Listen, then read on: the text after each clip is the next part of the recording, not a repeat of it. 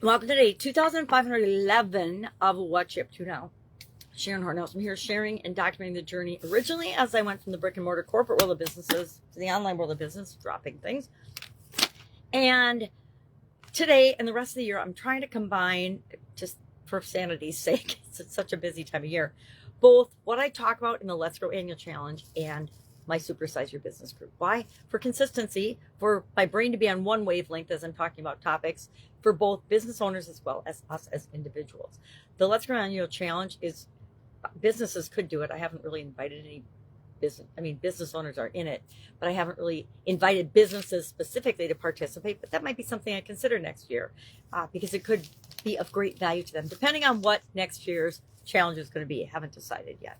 So today and for the next 8 days after today, so for a total of 9, we are going to dive deep into each of the different areas of the life framework. Today we're doing emotional because that's the one we talked about first during this past year. In February, we spent the entire month focusing on emotional growth, emotional well-being, emotional health. We ran through, and I've talked about this before, the SOAP framework on our biggest challenge area with respect to emotional well-being, emotional health, and emotional growth.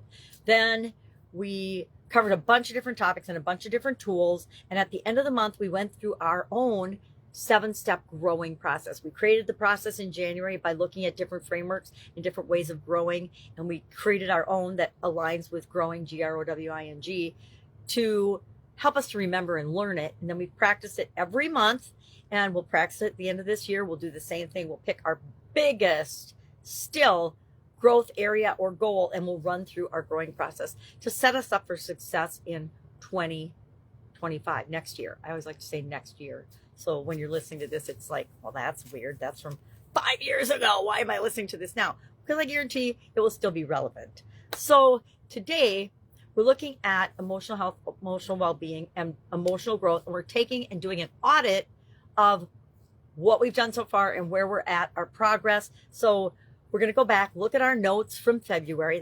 This is what I'm going to do. Go back, audit my notes from February and say, okay, what did we cover? What was important? What were my biggest ahas and lessons learned? Then I'm going to say, okay, from a progress standpoint, here I am almost to the end of the year. What is the status of the goals I set for myself, or the main one goal I set for myself in February? Where am I at? How am I doing? How's my progress going? Did I set something and do something, and is it working, and has it worked? Did I achieve my goal already? Maybe in March or April, I achieved that goal already. And so that part of my life has just been kind of rolling along. And what I do is a lot of times, and for this area in particular, for example, I'll set an affirmation. So I set an affirmation that I added to my daily affirmations. And so I know that progress wise, I've been working on that all the time. Am I where I want to be emotionally wise? No, absolutely not. Something that I'll work on for the rest of my life, because I believe we are all a work in progress, and our purpose here on the planet is to become the best possible version of ourselves. That means continuous growth and improvement, right? And again, that's defined by you. Improvement to one person might not be improvement at all. It might be actually going backwards for another person. It doesn't matter what's right for anyone else. All that matters is that you're doing what's right and feels right for you and moving in the direction that you desire to go. So we're reviewing emotion for both our personal lives, and the Supersize Your Business people are reviewing the emotional temperature, wealth, health, and well-being of their organization. A lot of that is seen in our culture. And as owners and as a business owner, I will tell you, it's very easy to have blinders on and not see what's going on in your business right in front of your face and in front of your culture. A long time ago, really early on in my businesses, we had a couple of guidelines and things that we put in place, and we all agreed on it, so that it wasn't like I said, we're not going to do this. We decided we would not have conversations about politics and religion or other things that people felt very strongly emotionally about and had a lot of emotional charge behind them. Not because we didn't want to have those conversations, but we didn't want to have those conversations at work where people's feelings would get hurt and relationships could be destroyed because we have a difference of opinion. And the more mature we get, the more emotionally intelligent we get, the less likely that is to happen. but there's still a whole lot of people in the population that you hurt their feelings once and they're never going to talk to you again. Well, that doesn't work in a business environment. And so as a group, we early on decided we're not going to talk about these things unless we all agree. And then maybe it's going to be after work, having a glass of wine or something, we're going to talk about it. We're not going to talk about it in the work environment because we value those relationships more than our opinion and beliefs about any given topic, right? And again, if you surround yourself and if you bring people into your organization that have this similar core values, this is less likely to happen. But we need to do an audit and a review of our life. What are people in our life? Are we on the same emotional beliefs and ideas and continuous improvement? Or do we have people in our lives, and we all do, by the way, that are just plain crazy, ruled by their emotions and reactive, right? Sometimes that person is us, and we want to be less reactive and more proactive in our approach to anything that's going to trigger our emotional response.